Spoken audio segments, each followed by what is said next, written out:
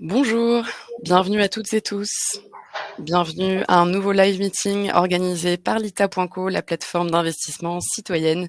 Merci de nous rejoindre en direct pour une nouvelle rencontre entre citoyens et entreprises financées via notre plateforme. Donc pour celles et ceux qui ne connaissent pas Lita, c'est une plateforme citoyenne dédiée au financement de la transition à la fois écologique, sociale et énergétique. Et à partir de 100 euros, vous pouvez investir dans des projets alignés à vos valeurs. Et aujourd'hui, on est donc une communauté de plus de 140 000 citoyennes et citoyens dont vous faites probablement partie. Donc merci d'être connectés aujourd'hui. N'hésitez pas à réagir dans le chat. Aujourd'hui, on est en live du coup pour la levée de fonds du groupe CVE, producteur d'énergie renouvelable français, qui propose un financement en obligation sur lita.co avec un objectif de 2 millions d'euros d'ici la fin de l'année. Donc merci beaucoup à l'équipe qui représente CVE aujourd'hui, donc Thibaut Charpentier, responsable de financement participatif, avec Loïc et Léa de son équipe. Merci beaucoup à tous les trois d'être avec nous. Merci Émilie. Merci. On a aussi le plaisir d'avoir Lucas Veuillet, responsable de l'offre énergie renouvelable chez Lita, qui va nous apporter un peu aussi son expertise. Donc merci Lucas aussi d'être là aujourd'hui. Bonjour à tous, merci Émilie. Je vous invite, le temps que tout le monde se connecte, à vérifier que votre connexion est bonne si vous nous entendez. Alors Jérôme, apparemment mon micro coupe peut-être de temps en temps. N'hésitez pas à toutes et tous nous confirmer que vous nous entendez bien. Dans le chat en bas à droite, pour ceux qui connaissent pas l'outil, vous pouvez donc interagir librement tout au long du live. Vous pouvez aussi poser vos questions dans l'onglet questions qui est dédié. On pourra donc dans un second temps avoir un temps d'échange, répondre à toutes vos questions. Et la première partie, donc je vais laisser le micro à Lucas qui va nous parler un petit peu de la stratégie de l'ITA d'investir dans la filière des énergies renouvelables. Et ensuite, on pourra passer le micro à l'équipe de CVE pour nous présenter un peu le projet. Parfait, merci Émilie et bonjour à tous. Ravi de pouvoir échanger avec vous ce matin sur le sujet de CVE. Et donc je vais peut-être commencer par les énergies renouvelables chez Lita. Alors on va commencer par la base et définir ce que nous on entend par énergie renouvelable chez Lita, c'est-à-dire la production d'électricité à partir d'énergie d'origine renouvelable, donc principalement le solaire, comme on le voit ici, le vent, donc l'éolien sur terre et en mer, et l'hydraulique. Donc l'hydraulique, ce sont les barrages, à la fois les gros barrages que vous pouvez imaginer un peu dans l'imaginaire, et aussi les petits barrages sur le fil de l'eau. On élargit aussi les énergies renouvelables chez l'État au biogaz, c'est-à-dire le gaz produit à partir de matières organiques, notamment les déchets, et aussi à l'hydrogène vert, donc l'hydrogène produit à partir d'électricité d'origine renouvelable. Donc aujourd'hui, chez l'État, il y a une volonté de répandre et de structurer une offre énergie renouvelable de manière plus souvent, on va dire. Et pourquoi on a cette volonté-là? Parce qu'on a avant tout une volonté de soutenir la transition énergétique, et les énergies renouvelables jouent aujourd'hui un rôle clé dans cette transition énergétique. En effet, elles permettent premièrement de réduire la production d'électricité à partir d'énergies fossiles. Aujourd'hui, on a encore une part importante de notre électricité qui est produite notamment par des centrales à gaz ou à charbon. Il y a aussi une électrification nécessaire dans un futur plus ou moins proche des transports avec le véhicule électrique et de l'industrie française. Et là, les énergies renouvelables ont vraiment ce rôle de permettre cette électrification. En plus de ça, on va dire de cet aspect impact des énergies renouvelables, chez Lita, on veut aussi diversifier notre offre. Et donc, vous proposer à vous, investisseurs, une nouvelle offre, un nouveau secteur, notamment avec des entreprises matures de taille plus importante, comme CVE aujourd'hui. Donc, on pense que ça permet de réduire, de proposer une offre qui réduit le risque financier, notamment car la construction et l'exploitation de centrales d'énergie renouvelable sont aujourd'hui bien maîtrisées en France, notamment par des acteurs comme CVE qui ont l'habitude de le faire. Et aussi parce que les producteurs d'énergie renouvelable comme CVE bénéficient de contrats d'achat d'électricité long terme, c'est-à-dire sur 10 à 20 ans, avec comme contrepartie EDF, donc l'État français. Il y a donc une certaine sécurité sur les futurs revenus dont bénéficient les producteurs d'énergie renouvelable. Donc, juste pour finir rapidement, sur le produit financier que l'on va généralement proposer, c'est plutôt un besoin en obligation, donc en dette, afin de financer soit la croissance du groupe de tête, soit de financer directement des projets pour leur construction ou leur exploitation. Et donc, c'est ce qui nous réunit aujourd'hui avec CVE. Et donc, je laisse la main à Thibaut. Merci beaucoup, Lucas. Bonjour à tous. C'est toujours une grande joie de pouvoir échanger avec les investisseurs des plateformes avec lesquelles on travaille. Donc aujourd'hui, l'idée, c'est de vous présenter notre besoin, la nouvelle colonne de financement qu'on souhaite financer avec l'ITA. Du coup, on va rapidement vous présenter le groupe CVE, puis après, on va vous présenter l'opération proprement parlée, sur laquelle déjà Lucas a dit quelques éléments. Aujourd'hui, CVE, c'est un producteur indépendant d'énergie renouvelable et on est présent sur la filière solaire, biogaz, et on a développé un bureau d'études sur l'hydrogène qui est aujourd'hui vraiment au stade d'études. La majeure partie de notre parc d'énergie renouvelable aujourd'hui réside sur le solaire et sur le biogaz.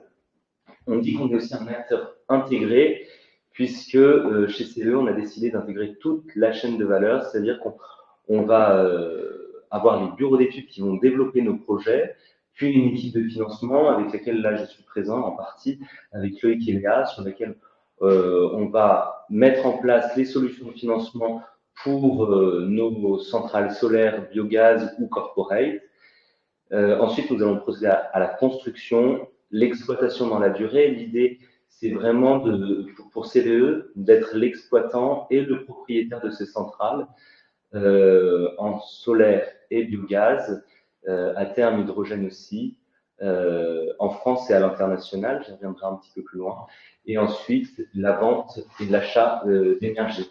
La vente, comme l'a évoqué Lucas, soit au travers de tarifs dits réglementés avec un complément de rémunération lors des appels d'offres de la CRE, la Commission de régulation de l'énergie, ou via des PPA, ou maintenant aussi l'autoconsommation. Voilà pour cette partie. Après, en termes de chiffres, comme je l'indiquais, CVE, c'est un groupe international. Le siège est situé en France, à Marseille. Nous sommes une entreprise qui a maintenant une dizaine d'années, 15 ans. On a des bureaux localisés un peu partout en France pour avoir des équipes de développeurs qui vont mailler le territoire, puisque l'idée pour CVE, c'est d'avoir en France des centrales solaires ou biogaz avec une vente d'énergie en circuit court, d'être proche donc des lieux de consommation. Et c'est pour ça qu'on a un ensemble de bureaux en France, que ce soit Strasbourg, Rennes, Nantes, Bordeaux, Toulouse, Lyon et Marseille, le siège. Après, on est aussi présent aux États-Unis, au Chili et en Afrique du Sud. Et là, tout récemment, on a lancé notre activité aussi en Espagne avec les premières centrales qui arrivent en exploitation prochainement. Le groupe CVE, c'est environ 460 collaborateurs, pour présenter un petit peu, donc ils sont répartis partout en France et à l'international, comme je le disais, une centaine de collaborateurs qui sont à l'international. C'est aussi un parc en construction, en exploitation de 770 mégawatts aujourd'hui, avec un portefeuille sécurisé de 4,8 gigawatts, enfin 3,3 gigawatts et un portefeuille global de 4,8 gigawatts. Quand on parle de portefeuille sécurisé, c'est sur lesquels on va commencer à avoir de la maîtrise foncière, des promesses de bail. Après un chiffre d'affaires qui, pour l'année dernière, était de l'ordre de 91 millions d'euros, chiffre d'affaires qui est essentiellement lié à la vente de l'énergie et à la vente pour le biogaz aussi de toutes les matières organiques qui vont nous permettre après de réaliser de l'épandage une fois que le biogaz a été généré. Donc voilà pour nos chiffres, nos principaux indicateurs. CVE aussi, chez CVE, donc on a 15 ans, et l'idée de CVE, c'est aussi une aventure qui est donc à la fois environnementale de par son activité industrielle. Elle est aussi, et par l'implication des 3 associés fondateurs, sociale et humaine. Et donc, depuis mai 2022, nous sommes une entreprise à mission, ce qui implique d'avoir un comité de mission et une mission qui est définie dans nos statuts. La mission, c'est mettre l'humain et la planète au cœur de l'énergie de demain. Et le comité de mission va venir auditer, selon un certain nombre d'indicateurs, que nous avons bien respecté nos engagements sociaux, humains et environnementaux. On va mesurer les impacts environnementaux, par exemple, avec des outils de mesure de taux d'impact carbone de nos centrales, de nos unités de méthanisation, le pilier humain via des enquêtes de satisfaction et en même temps d'épanouissement au cœur de la société. Et ensuite, l'engagement social qui prend forme avec une fondation que CDE a créée l'année dernière et qui va venir épauler, accompagner des associations qui ont un impact social qui résonne avec la mission de CDE. Donc, qui peut être l'éducation aux énergies renouvelables, qui peut aussi être l'accompagnement de certaines écoles, de certains publics plus jeunes ou des maisons de quartier dans Marseille. Et il y a vraiment cette résonance de la mission de CDE. Et après, de manière aussi beaucoup plus visible, CDE est certifié aussi Bicorp depuis juin 2023 et c'est une certification qu'on renouvelle périodiquement avec un score qui est défini. Comme je l'indiquais, ça c'est le modèle, il s'agit du modèle de CDE, du modèle de vente de l'énergie et de maillage du territoire. L'idée pour CDE, c'est de défendre un modèle d'énergie renouvelable territoriale avec une énergie qui est produite de manière décentralisée et commercialisée en circuit court pour éviter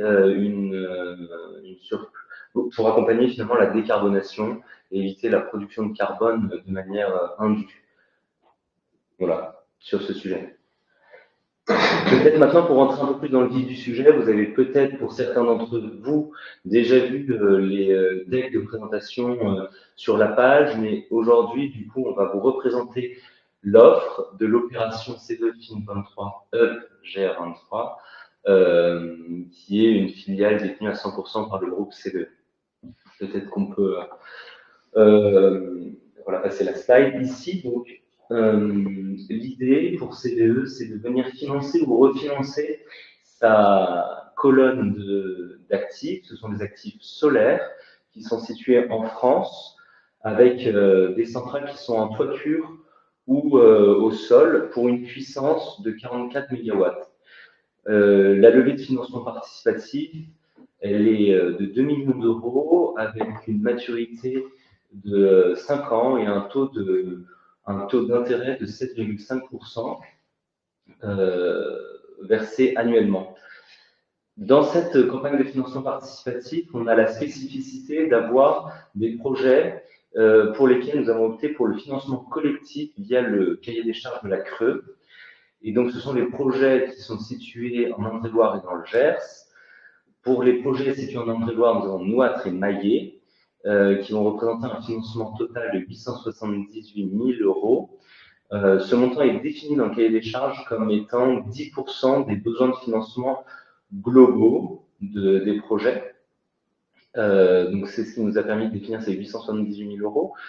Et pour la campagne dite du Gers, c'est pour le projet L'Art au mieux, pour lequel on a un besoin de financement participatif, financement collectif, comme défini dans le cahier des charges, de 510 000 euros. Et puis après, nous avons le reste des centrales, pour lequel nous allons chercher un financement participatif de 620 000 euros. L'idée au global, c'est que donc nous allons chercher ces 2 millions d'euros pour financer la construction et l'exploitation dans la durée, donc refinancer les conforts qui ont été apportés par CDE dans ce périmètre-là. Je pense qu'effectivement qu'on peut passer pour juste représenter peut-être rapidement, et on terminera par là, la présentation des actifs qui sont ici sur toute la France, localisés sur toute la France. On voit bien les projets en région Touraine de Nouâtre et Maillé, donc qui sont réservés donc en Indre-et-Loire pour les habitants du département Indre-et-Loire et les départements limitrophes. Et ici, on a aussi l'Arromieux dans le sud de la France pour le département du Gers et les départements limitrophes. Pour la Creux, quand on sollicite le financement collectif, l'idée c'est d'aller chercher une implication territoriale forte, et c'est notre engagement aussi avec Loïc et Léa en travaillant dans le financement participatif, c'est de permettre cet ancrage territorial des centrales solaires. C'est important pour nous que ces projets soient aussi ancrés dans ces régions-là et pour permettre des retombées positives et économiques positives pour les habitants des territoires. Et ensuite, nous avons les projets de ce portefeuille qui sont donc Arcus, Boiron, Tecounsé, le Comté Cheval, qui sont sur tout le reste de la France, et essentiellement localisés dans le sud-est. Et après, on a le portefeuille de projet natal pour un portefeuille de 10 mégas avec 78 centrales. Vous nous excuserez, on les a pas mis on les a pas localisées sur la carte de France, mais voilà. Et le projet Terre-Neuve, qui est une centrale au sol avec une puissance de 15 mégawatts. Voilà sur le portefeuille. Je vois une question pour Nouâtre et Maillé. Alors c'est sur la commune, du coup, de Nouâtre et Maillé.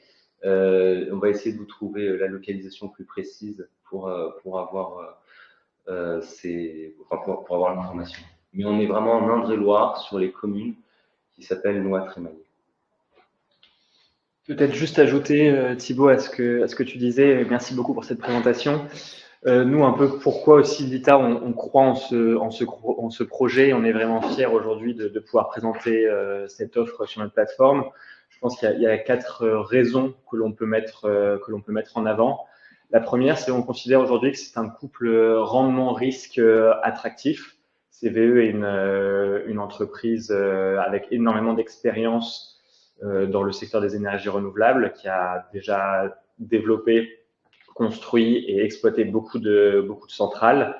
Et on se considère aussi que ce fameux mécanisme creux, donc la creux, pour ceux qui ne connaissent pas forcément ce que veut dire l'acronyme, c'est la Commission de régulation de l'énergie. Donc ce mécanisme creux qui organise en gros les appels d'offres des énergies renouvelables en France permet à CVE et aux autres producteurs d'énergie renouvelable de bénéficier de contrats d'achat long terme. Donc, cela veut dire qu'on a une vraie visibilité sur l'argent que vont gagner ces centrales, sur les 20 prochaines années, ce qui est non négligeable. On considère aujourd'hui aussi que c'est important de développer le solaire en France, que ce soit donc du solaire au sol ou du solaire en toiture, parce que c'est une technologie qui est, en plus d'être avec un faible impact carbone, c'est une technologie qui est économique, c'est-à-dire que cela permet aux citoyens de bénéficier d'une électricité à un prix compétitif par rapport à d'autres technologies. Ensuite, et comme les chiffres de CVE le montrent, c'est de la création d'emplois en France. Aujourd'hui, CVE emploie plusieurs centaines de personnes en France. Et on répond aussi à l'enjeu de souveraineté énergétique dont on entend souvent parler dans les news, puisque développer des énergies renouvelables, c'est venir réduire l'importation de gaz et de pétrole. Et enfin, le dernier point, nous on est très fiers d'avoir CVE sur notre plateforme aujourd'hui, puisque c'est un producteur français qui est indépendant, ce qui n'est pas le cas de tous les producteurs, et qui est aussi à la fois implanté localement et très engagé, comme a pu déjà le décrire Thibaut, mais on pense que c'est important de le mettre en avant. Et donc c'est pour ça qu'on est vraiment très content d'être là aujourd'hui. Et peut-être pour compléter, effectivement, sur les campagnes de financement participatif, effectivement, chez CVE, ça a été très fort pour nous de pouvoir proposer cet investissement.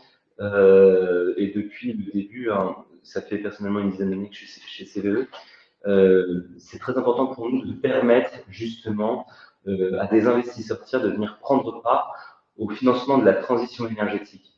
Ça permet véritablement d'être impliqué et après de pouvoir, et c'est ce que je disais tout à l'heure, bénéficier des retombées économiques des centrales et donc très concrètement des intérêts des centrales.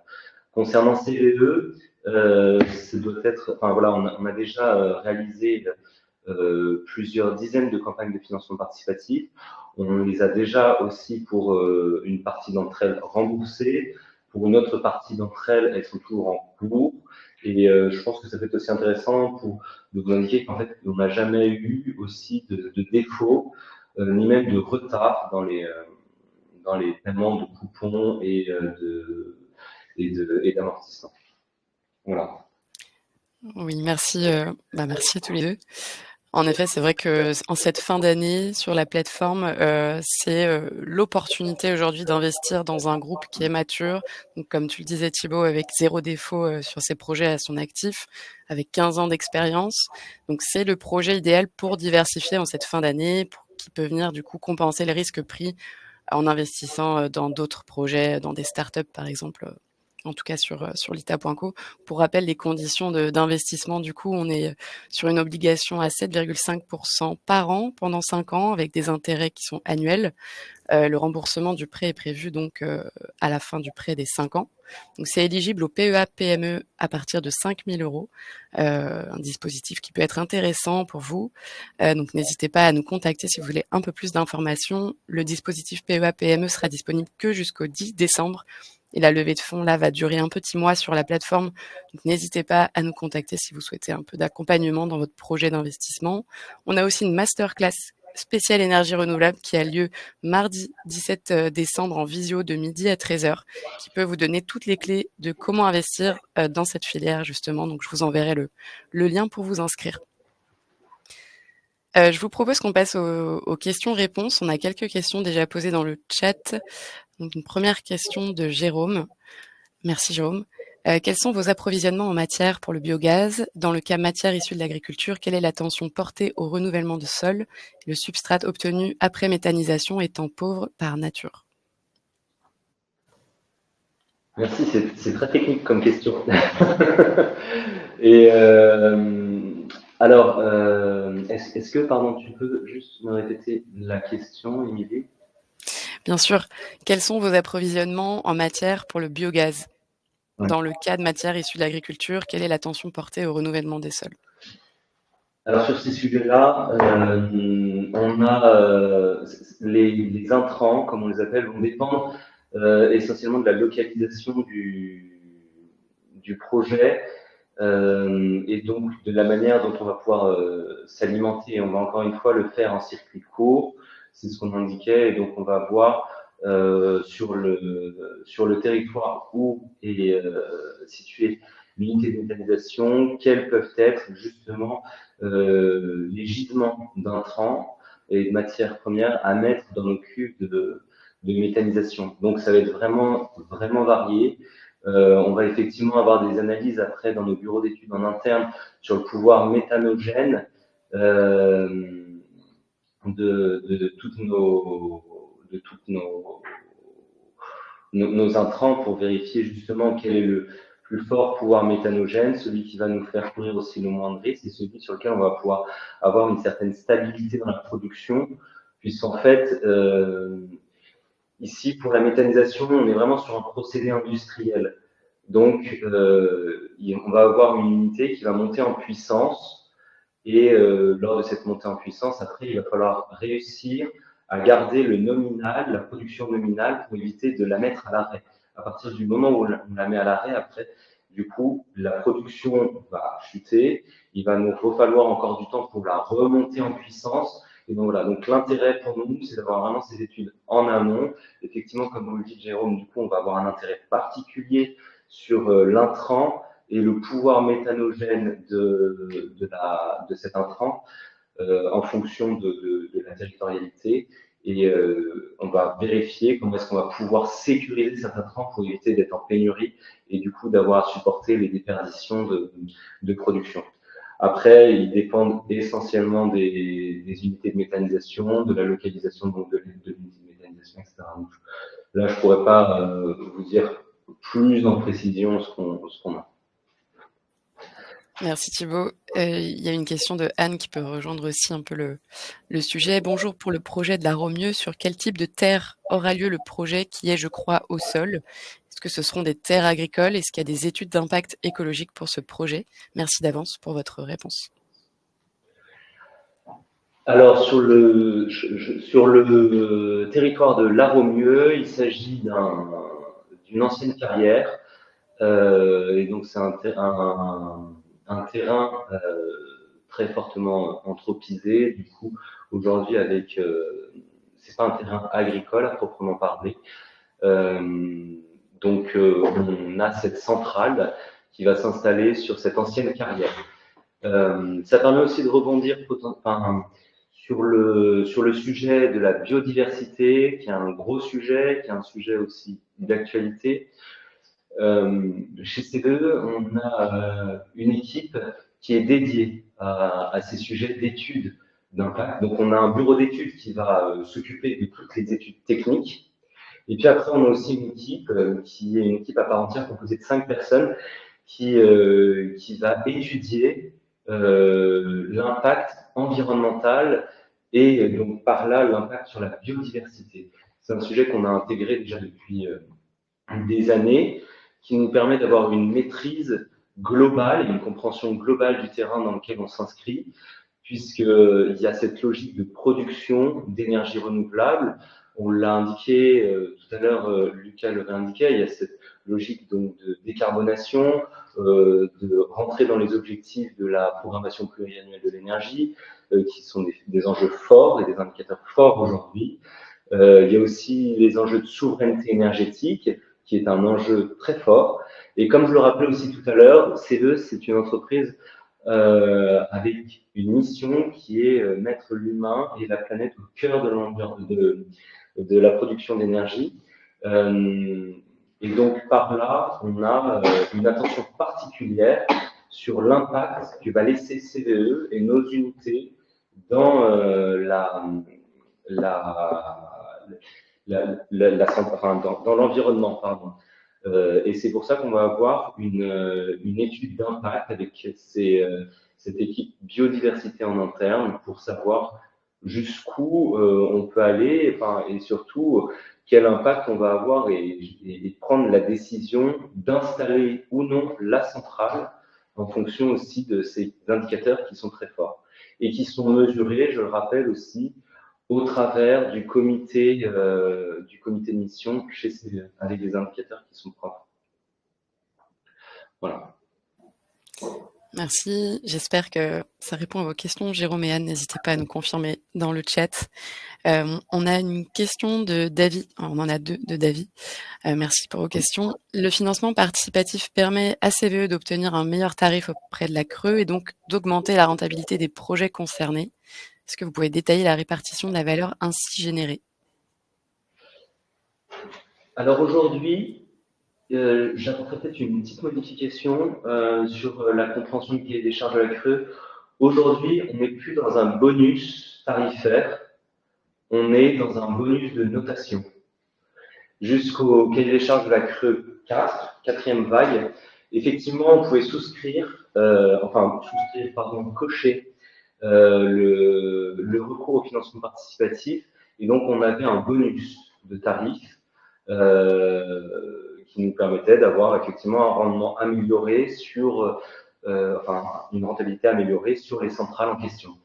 Aujourd'hui, on est plutôt sur un bonus de notation, c'est-à-dire que lorsqu'on va déposer les projets aux appels d'offres de la Creux, on va pouvoir indiquer si on fait du financement collectif, de la gouvernance partagée, ou si on ne choisit pas ces deux mécaniques-là, et du coup on reste sans financement collectif et sans gouvernance partagée, et du coup on reste de manière classique et on sera lauréat de manière classique.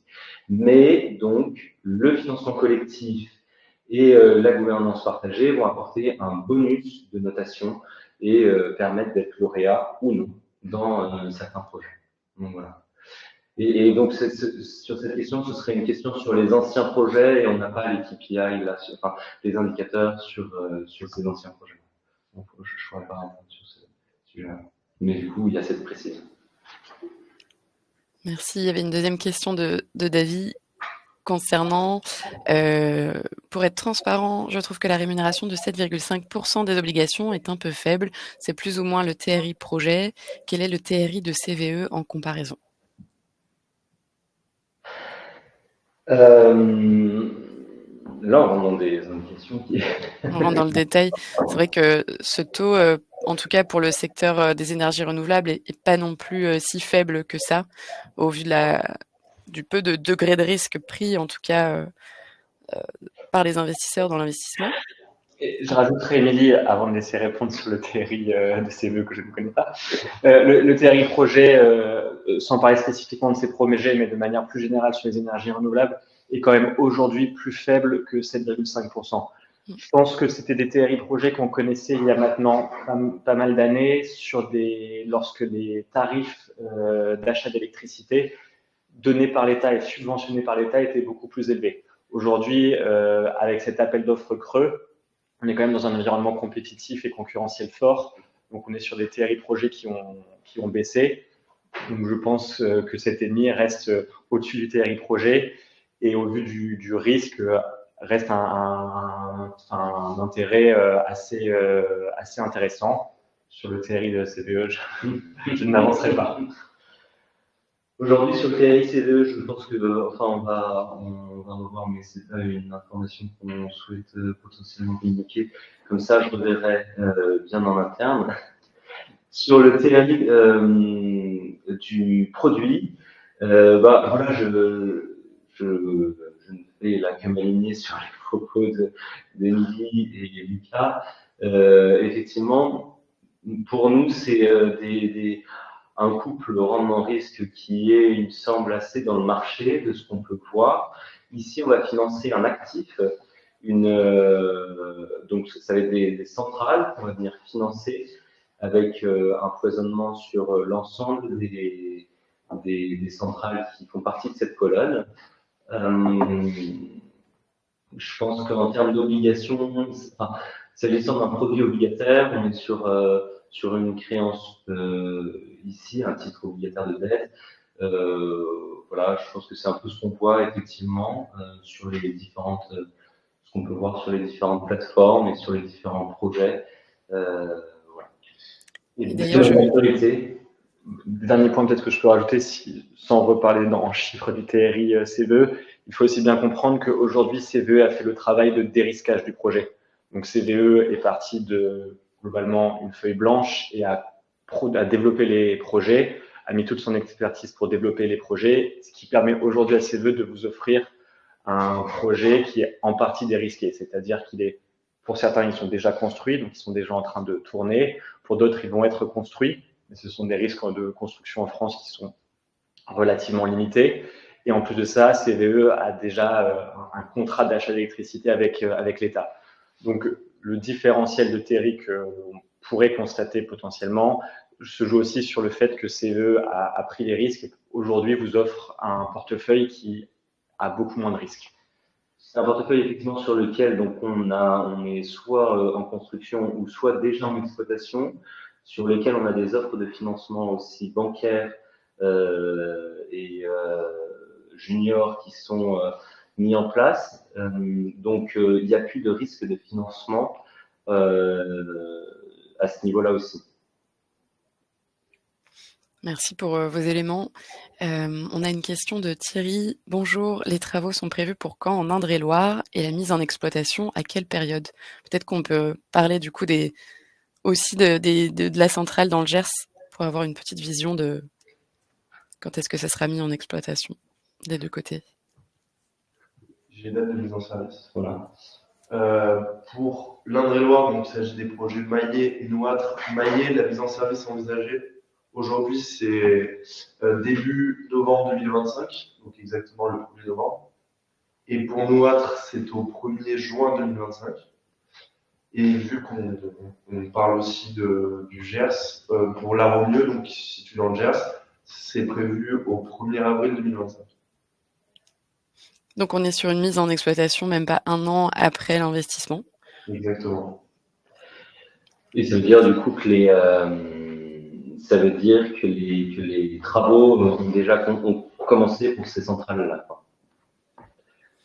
Merci beaucoup pour vos réponses. N'hésitez pas, Thierry, à nous dire si c'est clair pour vous. Merci Jérôme qui doit nous laisser. Il n'y a pas de souci, on vous mettra à disposition le replay et il vous dit merci pour les premières réponses. On avait une question dans le chat aussi de Noël. Qu'est-ce qui vous distingue d'un groupe comme Neoen? Aujourd'hui, je pense que l'activité n'est pas tout à fait, me semble la même. Aujourd'hui, chez CVE, concernant CVE, on est donc sur quelque chose qui peut là être un peu identique. Sur l'activité solaire, c'est vrai. Il y a des questions de stockage aussi d'énergie qui se posent aussi chez CVE, c'est vrai. Après, pour le reste, chez CVE, nous, on ne fait pas d'éolien. On n'est pas un groupe basé sur l'éolien. Et on reste sur de la méthanisation et des études sur l'hydrogène. Après aussi, les tailles de parc, Neoen aujourd'hui a un parc qui est beaucoup plus développé que le nôtre. Nous, on est à 770 mégawatts en construction et installés, quand Neoen est à 10 fois plus, quoi. Donc, on n'a pas les mêmes indicateurs. Et donc, ça a les mêmes implications sur les chiffres d'affaires. Après, nous, et là, je parlerai pour nous, vraiment, encore une fois, et c'est ce qui est très fort chez CVE, c'est l'idée et la vie de notre groupe, qui est un groupe qui est engagé dans la transition énergétique et environnementale, et avec des valeurs humaines qui sont aussi très fortes. Et là, du coup, sans comparaison avec d'autres producteurs et énergéticiens, mais c'est ce qui nous fait notre marque de fabrique. Et c'est pour ça qu'on a aussi, et depuis très longtemps, essayé d'initier des campagnes avec l'ITA. C'est quelque chose qui nous lie beaucoup, l'aspect impact, et avec un impact positif, donc sur l'environnement, mais aussi sur les dimensions sociales et humaines que peuvent avoir des entreprises. On a cette responsabilité qui est humaine et sociale, et qui transparaissent très fortement dans notre mission. Donc voilà.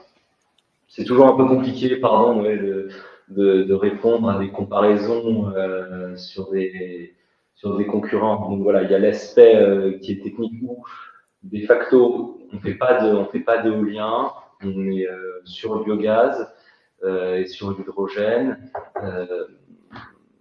Et puis après, plus nous concernant, et de manière générale, cette dimension sociale et humaine.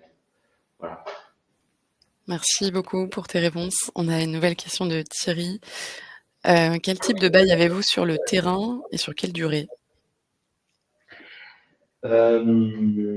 Alors, ce sont des baux en général amphithéotiques. On les a pour une durée en général ça varie, et on est aux alentours d'une 30aine d'années. Ok, très clair. Thierry, n'hésitez pas à nous dire, et Noël, je vois que il vous remercie pour les réponses. Merci pour vos questions. Je vois qu'on n'a pas de nouvelles questions. N'hésitez pas si vous en avez d'autres. On a encore un petit peu le temps. Sinon, il n'y a pas de souci. Ça pourra venir après ou lors du replay quand vous le visionnerez.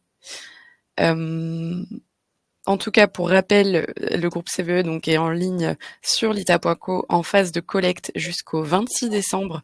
Donc voilà, il reste un petit mois pour vous positionner. N'hésitez pas à d'ailleurs nous contacter si vous voulez être accompagné dans votre projet, comme je le disais, et à participer à notre masterclass, donc ENR, qui aura lieu le mardi 17 décembre prochain, qui pourra donner un peu plus de billes si vous êtes novice sur cette filière. On a des nouvelles questions. Alors, à date, Thierry, pour vous répondre, on est à peu près à 300 000 € collectés, donc en seulement une semaine, pour un objectif à 2 millions d'euros, sachant qu'il reste un mois, et beaucoup de personnes sont en train de confirmer leur intérêt. Donc voilà, il y a quand même un engouement. 300 000 € en une semaine, c'est quand même assez intéressant, assez dynamique. Et une nouvelle question de David. Pour revenir sur le bonus financement participatif, un bonus de notation, ça permet d'augmenter le prix, qui est un des critères notation des AO creux. Donc la réponse était un peu spécieuse. Merci David pour votre question. Enfin, ce n'est pas vraiment une question du coup. Je ne sais pas si vous voulez ajouter quelque chose. Non, mais l'analyse est la bonne, effectivement. Enfin, voilà. Oui. Enfin, s'agissant plus d'une question, mais voilà, oui, je partage cette analyse, effectivement. Et dans ce cadre-là, oui. L'aspect du bonus de notation permet d'avoir, de moduler les dimensionnements de tarifs et du coup moduler le business plan de la centrale. C'est une situation gagnant-gagnant. Et ça se compte en centimes d'euros, je pense. Exactement. On a une nouvelle question de Thierry qui demande si le budget de 2 millions n'est pas atteint, mais que le bonus en Indre-et-Loire est atteint. Que se passe-t-il? Vas-y. Il se passe que la campagne est quand même bouclée, que c'est très bien pour le bonus Indre-et-Loire de CDE, mais disons que l'un n'empêche pas l'autre. Donc si on atteint le bonus Indre-et-Loire, sur l'Indre-et-Loire, il n'y aura aucun problème et nous bouclerons la campagne au niveau attendu, sachant que le minimum de la campagne est déjà dépassé. Donc il n'y aura pas de sujet de ne pas pouvoir boucler la campagne aujourd'hui. Très bien. Et du coup, on peut dupliquer sur l'art au mieux. Exactement, sur le geste, la réponse est la même. Exactement. Vous verrez, en effet, sur l'ITA, ça peut être un peu confusant parce que c'est la première fois qu'on propose de financer des projets creux comme ça, qui sont très intéressants et très impactants au niveau local et au plus près des territoires. Donc, vous verrez qu'il y a 3 campagnes en cours, une qui est ouverte au national et 2 campagnes régionales qui sont vraiment réservées aux habitants des départements en question. Donc voilà, c'est pour ça que ça peut être parfois un peu confusant en se baladant sur le site. Écoutez, je vois qu'il n'y a plus de questions. Je ne sais pas si je vous laisse peut-être un petit mot de la fin, l'équipe CVE. Merci en tout cas de votre temps, de vous être déplacé aussi dans les bureaux de l'ITA aujourd'hui. Merci à tout le monde, merci à vous, l'ITA, merci à toute la communauté aussi. Ravi d'avoir pu échanger avec vous. J'espère qu'on a pu répondre à toutes vos questions. Si besoin, de toute façon, n'hésitez pas, j'imagine, avec Émilie et Lucas, à reposer vos questions. Il y a déjà des questions qui ont été posées avant le webinaire et auxquelles nous avons répondu par l'intermédiaire d'Émilie et Lucas. Parfois, on prend un peu de temps pour répondre, puisqu'on veut vraiment apporter des réponses qui soient précises. Et donc, on a des réponses. On essaie de mobiliser des personnes en interne pour apporter les réponses les plus précises possibles. Donc voilà, n'hésitez pas encore à poser des questions. Et voilà, on sera très content de pouvoir célébrer cette collecte à la fin du mois avec tout le monde. Une belle victoire. Voilà. Merci beaucoup à tous. Merci aussi à toi, Lucas, d'avoir été là. Et on se retrouve à bientôt sur lita.co. Et bonne journée. Au revoir. Bonne fin de journée à tous. Au revoir.